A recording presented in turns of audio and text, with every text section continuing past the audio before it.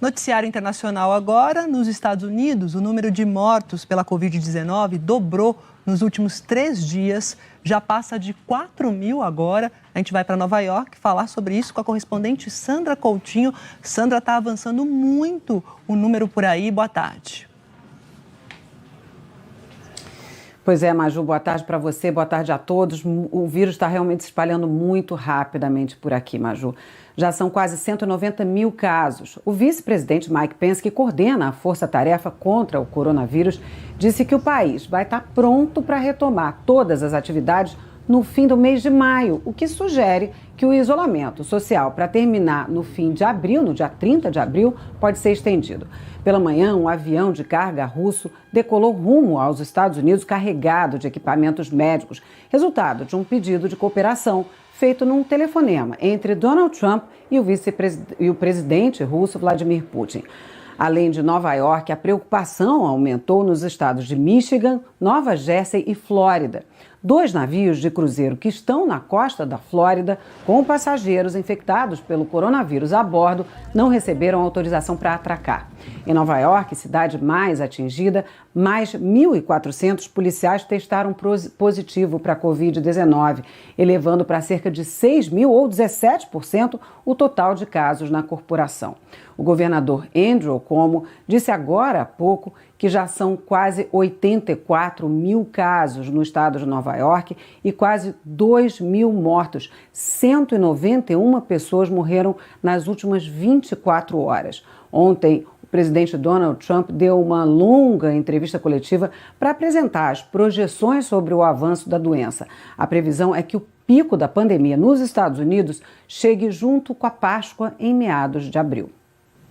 Pela projeção da Força-Tarefa da Casa Branca para conter o novo coronavírus, entre 100 mil e 240 mil pessoas vão morrer nos Estados Unidos com a Covid-19. O presidente Donald Trump alertou que as 2 próximas semanas serão muito dolorosas. Ele reforçou a necessidade de manter o distanciamento social e disse que se nada tivesse sido feito, até 2 milhões e 200 mil americanos morreriam com a doença. O secretário-geral das Nações Unidas, Antônio Guterres, afirmou que a pandemia é o maior desafio que a organização já enfrentou, comparável apenas à Segunda Guerra Mundial, que é anterior à criação da ONU. Guterres disse que é hora de derrubar tarifas alfandegárias, especialmente sobre produtos médicos, porque essas barreiras poderiam atrapalhar o combate à pandemia. Em Nova York, o navio Hospital Comfort, que chegou à cidade na segunda-feira, recebe os últimos preparativos para começar a funcionar. Nos 1.000 leitos do navio serão tratados apenas pacientes com outras doenças, para liberar leitos de hospitais para pessoas com o coronavírus. E uma das primeiras médicas a revelar a situação desesperadora dos hospitais aqui em Nova York, a doutora Colin Smith, revelou que está com a Covid-19.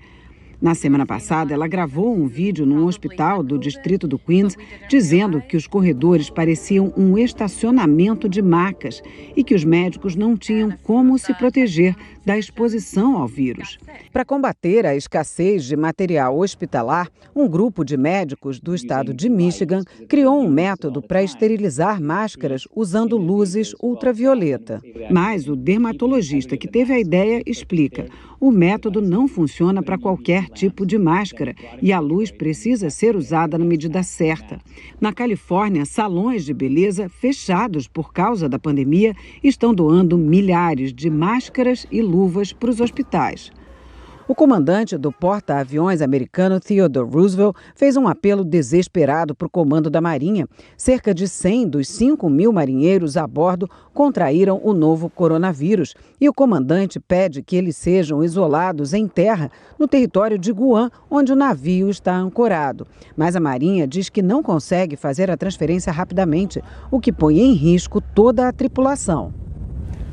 Ô Sandra, vamos falar um pouquinho sobre o efeito da pandemia na economia, né? Eu queria que você descrevesse para a gente a situação das bolsas aí de valores de Nova York, que abriram mais uma vez em forte queda. Pois é, mas o índice Dow Jones da Bolsa de Nova York começou o dia despencando em 3,7%. O trimestre que se encerrou ontem registrou o pior desempenho desse índice em 135 anos de história.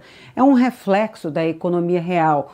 Com o cancelamento de pedidos e a queda da atividade, a indústria está demitindo num ritmo mais acelerado do que durante a crise de 2008. O Fundo Monetário Internacional afirmou que o mundo já entrou numa recessão que deve durar pelo menos até 2021. Segundo o FMI, 25 milhões de empregos vão simplesmente desaparecer e a economia mundial deve perder 3,4 trilhões de dólares com a crise.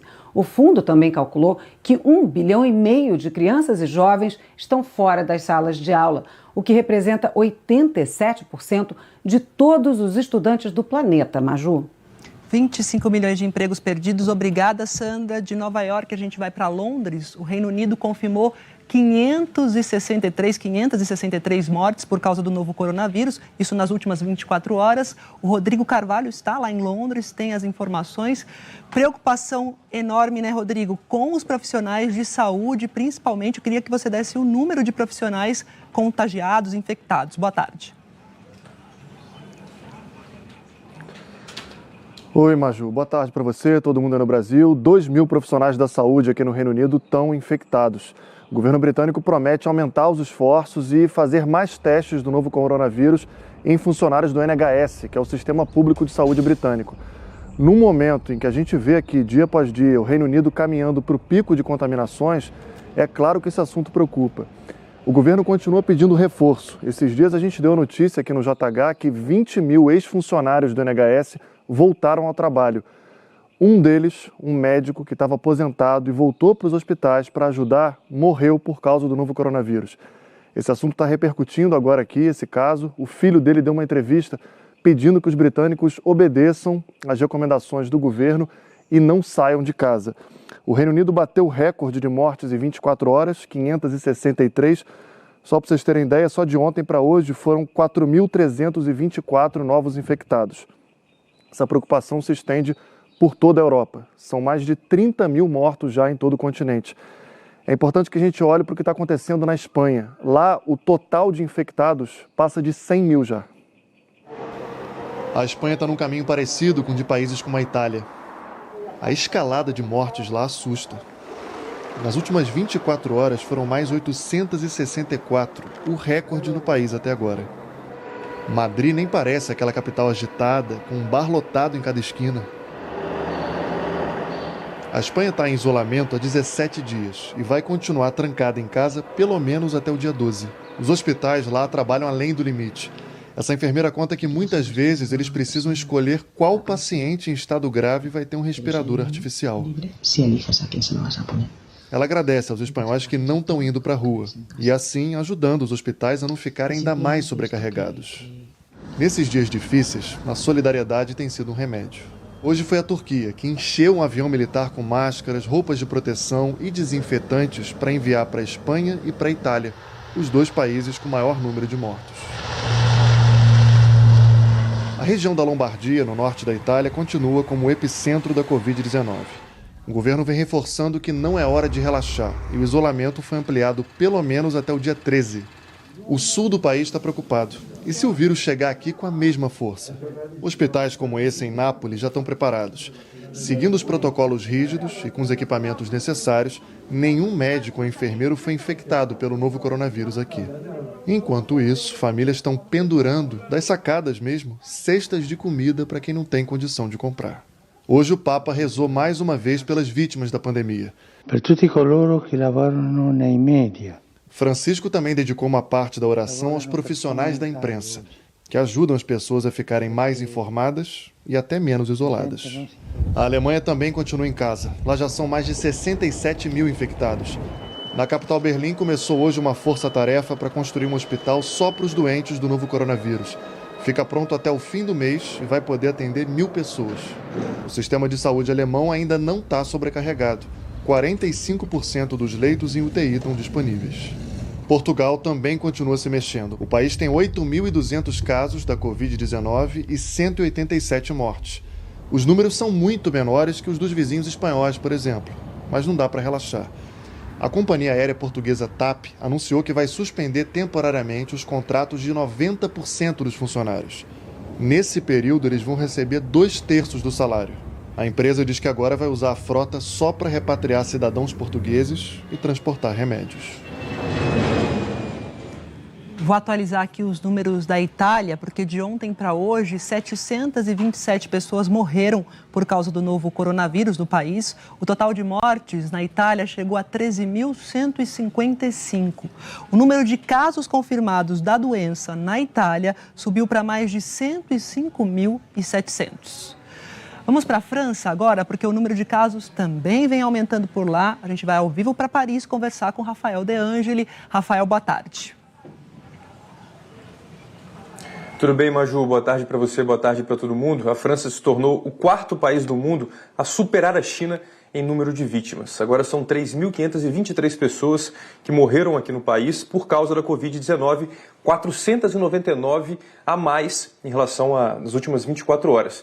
Esse foi o pior dia, considerando esse período, de um dia aqui na França. A boa notícia é que muita gente está se curando, os números vêm crescendo. São quase 10 mil pessoas que se curaram da Covid-19 e tiveram alta dos hospitais. Existe um temor pela saturação do sistema público de saúde aqui da França e, por isso, o país está sendo criativo, criando centros de triagem nos subúrbios de Paris. Os ginásios, por exemplo, viram clínicas e ali os médicos podem atender as pessoas que estão com sintomas leves e, quem sabe, encaminhá-las para casa e continuar, aí sim, o acompanhamento diário. As pessoas, portanto, com sintomas graves vão para os hospitais. A gente já mostrou aqui no JH nas últimas semanas que a França também vem transferindo pacientes de lugares mais afetados para lugares menos afetados. Hoje, por exemplo, aqui de Paris, saiu um trem hospitalizado, preparado com pacientes da capital para a Bretanha, que fica no noroeste da França. É uma operação complicada porque a equipe médica vai junto com o paciente que está em estado grave, mas por enquanto vem dando certo. E agora o primeiro-ministro da França, Édouard Philippe, disse que estamos caminhando para um confinamento, mas que o fim do confinamento em breve, mas ele não vai acabar de uma hora para outra e também não vai ser para todo mundo ao mesmo tempo. Maju? Aguardemos então, Rafael, obrigada. Vamos para a Ásia agora, porque o Vietnã é mais um país que começou hoje o distanciamento social, entrou aí no time da quarentena. Esse distanciamento é uma forma de prevenir a disseminação do novo coronavírus. As ruas da capital Hanoi estavam praticamente vazias nesta quarta-feira. O primeiro-ministro pediu para as pessoas ficarem em casa pelos próximos 15 dias e só devem sair por absoluta necessidade, segundo ele. O Vietnã registrou 218 casos até o momento e autoridades montaram tendas para fazer testes rápidos que podem detectar o novo coronavírus em 10 minutos.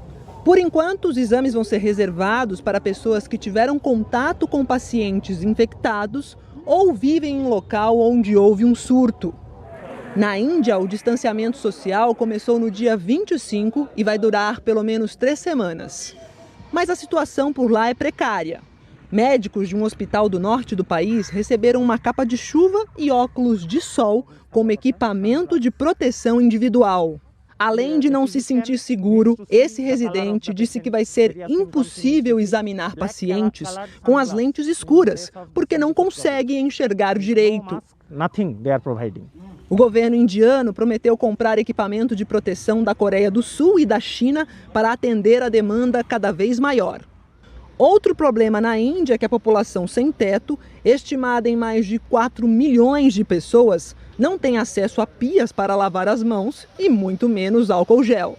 Na capital Nova Delhi, muita gente se aglomera em filas para receber comida de voluntários. Em Israel, 600 soldados estão ajudando a polícia a impor medidas rigorosas de restrição de movimento. Os militares montaram barreiras nas estradas e os motoristas precisam explicar onde estão indo. Ninguém pode se afastar mais de 100 metros de casa, a não ser que seja para ir ao supermercado ou à farmácia. Israel registrou mais de 5.000 casos de Covid-19. O ministro da Defesa alertou que o país tem apenas 2.000 ventiladores e vai precisar de muito mais. Uma fábrica de mísseis passou a produzir essas máquinas. que são essenciais para tratar pacientes graves que estejam com insuficiência respiratória. O primeiro-ministro do Japão, Shinzo Abe, disse hoje que o sistema de saúde já está sob pressão em alguns lugares do país e que o número de casos está subindo rapidamente, principalmente em áreas urbanas. Por isso, todas as pessoas que viajarem ao Japão devem ficar em quarentena por 14 dias. E a chama olímpica chegou hoje à cidade de Fukushima, onde ela vai ficar em exibição por um mês. Esse seria o ponto de partida do revezamento da tocha antes da decisão de adiar os Jogos até o próximo ano por causa da pandemia. Na China, onde o vírus surgiu, foram registrados só 36 novos casos hoje. Pessoas assintomáticas passaram a ser monitoradas. Atualmente, mais de 1.000 chineses sem sintomas estão em quarentena. E aqui na América Latina, o governo argentino anunciou novas medidas. O presidente da Argentina, Alberto Fernandes, decretou a proibição das demissões sem justa causa durante 60 dias. Segundo o governo, o objetivo é sustentar a atividade econômica do país. O Banco Central argentino também adiou o vencimento das faturas de cartão de crédito para o próximo dia 13, quando termina o prazo da quarentena. Começou a valer hoje, no Paraguai, o isolamento da capital. Fica restrita a circulação entre cidades do interior, como Cidade do Leste, aqui na fronteira, e Assunção. A decisão do governo paraguaio foi tomada porque mais de 90% dos casos de Covid-19 registrados no país estão na região da capital. A ideia é dificultar a propagação do vírus. Em Cuba, o governo suspendeu todos os voos comerciais e privados e pediu para que embarcações estrangeiras deixem a ilha. A medida pode atingir também um grupo de pelo menos 30 brasileiros que estão no país e que tentam um retorno ao Brasil. A Embaixada do Brasil no Peru anunciou para hoje um novo voo saindo de Lima para brasileiros retidos no país.